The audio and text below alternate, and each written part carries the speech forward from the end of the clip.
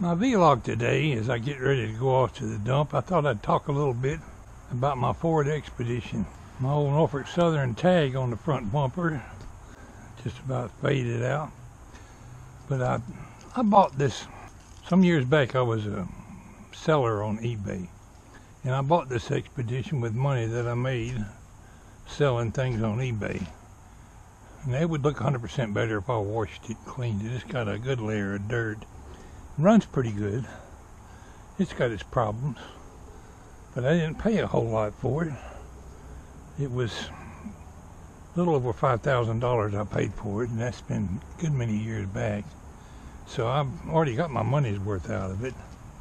Well, one of my viewers asked me the other day about why the lights keep flashing on the dash in there. So today's vlog is about them idiot lights in there. This is a 97 Expedition 80 Bauer edition, and it's got over 200,000 miles on it. Rides pretty good, but this thing has a little small air compressor under the hood there somewhere, and it came with air ride shocks on it.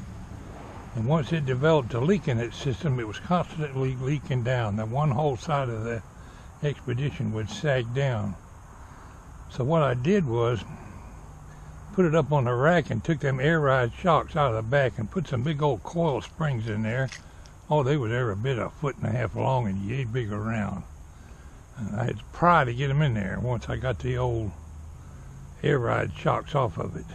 No more than I paid for it. I wasn't going to tie up a whole lot of money reconditioning it. I figure I'll drive the dang thing until it falls apart, and then I'll go buy me a new pickup truck or something. I'll still use it to run back and forth to the dump into town. But once I put them coil springs in there, it rides just as level as any pickup truck would. The same kind of springs would be under a pickup truck that doesn't have air ride shocks. But as a result, on the idiot light in here, it says check suspension. One of them got several idiot lights on in here. ABS, check engine, low wash, and I need some windshield washer in there. Right now the check suspension light's not on, but it'll be on in a minute. And the only way to get that suspension light turned off would be to take your dash all apart and get in there and take the light bulb out. So I'll just ignore the suspension light. The check engine light got something to do with them injectors up in there. I haven't put my code checker on there to see what the defect is making the check engine light come on. But it's running pretty good. And that ABS light, I ain't got a clue why that's on. Maybe it just come on automatically when the check engine light comes on. I don't know. But we're off to town today, going to get us a couple little lottery tickets. Had to go to the drive-in bank and get me some casheroo. But I decided I'll not tie up a whole lot of money in this old piece of junk car. I had I forget what model it was, but it had a customized Ford van that I sold. I spent a small fortune on that thing, reconditioning it, put a new engine in it, had it completely reupholstered, put an $800 paint job on it. It was looking real good, looking brand new, and I sold it. And, I had far more tied up in repairs and fixing on it, and it's just easier to go out and buy a new vehicle when you want one. But as for now, we're driving this beat up old thing, and it gets me back and forth to town. So that's the reason for my idiot light on the dash.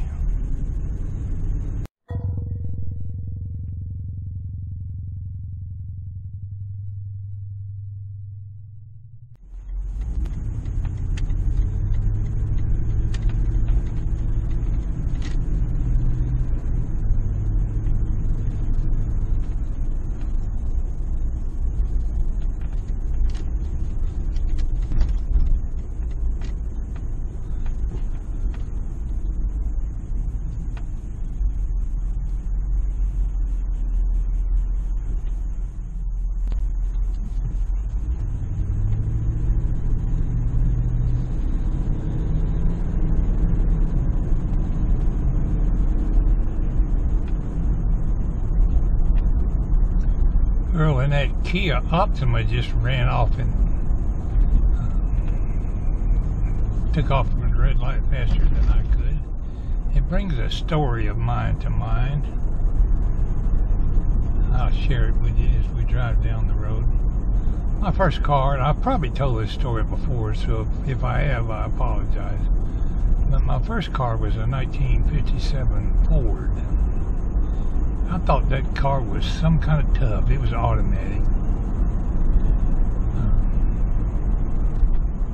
A friend of mine, me and a friend were driving to town one day, and this was in Orlando, Florida, when we were going to Orlando Junior College. We stopped at this red light.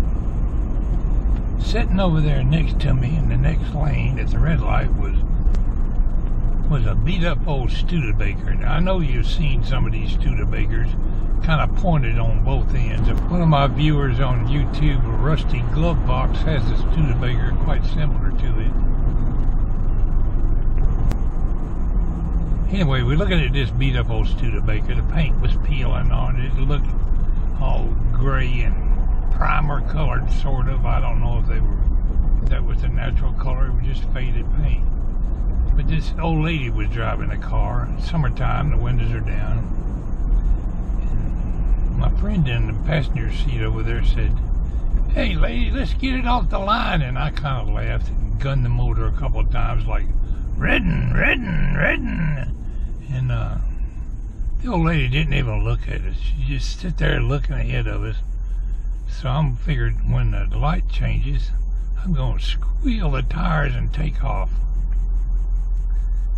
Well, shortly thereafter, the light changed, and I hit the gas pedal, and smoke was all over the place, but it wasn't my smoke. It was the old lady next to me. She done spun off and shot out in front of me like a bullet.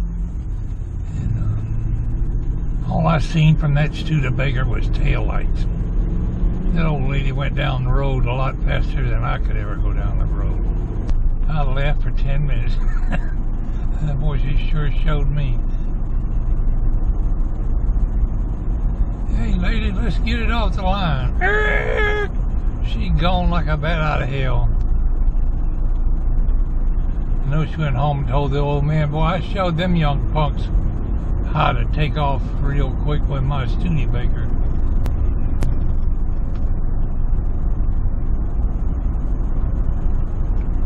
I'd like to go back in the old days, and know what I know now. There were so many old cars for sale, practically for junk. You could go to any used car lot and pick up some fantastic deals on used cars. Cars that nowadays are absolute collector's items. I mean, it wasn't uncommon. You could go in there and pick up a car for $50. A smart person could have bought them cars, saved them, and just about name your own price.